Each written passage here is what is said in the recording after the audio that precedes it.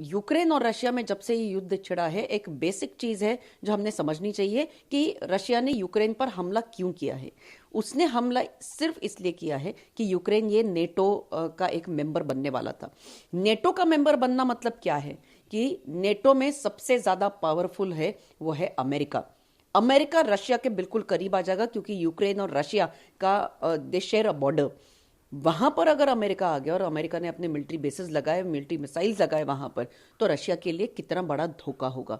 सिर्फ यही एक चीज है, और ये चीज मेरे ख्याल से रशिया काफी सालों से बताता रहा है नेटो को कि आप एक करके सारे देशों को मेंबर बना रहे हैं, आप रशिया के करीब आ रहे हैं, आप ये रोक दीजिए, रोक दीजिए, रोक दीजिए।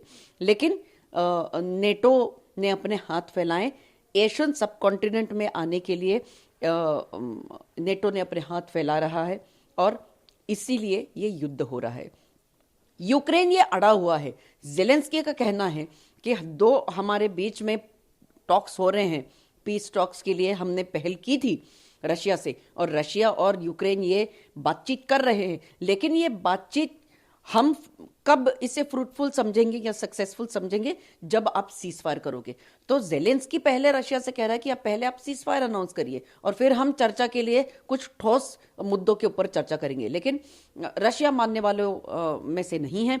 रशिया इस चीज को एक्सेप्ट नहीं कर रहा है और रशिया धीरे धीरे आगे बढ़ रहा है।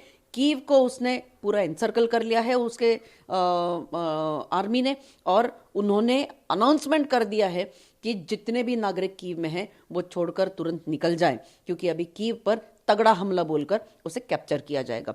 खार्किव ये एक मेजर सिटी है यूक्रेन में, उसके ऊपर तो कब्जा ऑलरेडी हो चुका है और काफी सारे लोग यूक्रेन छोड़कर अभी जो करीबी राष्ट्र हैं उनमें जा रहे हैं, जैसे पोलैंड में जा रहे हैं और बाकी के करीबी राष्ट्र यहाँ पर जा रहे हैं अपने घर बार को छोड़कर, सामान लेकर।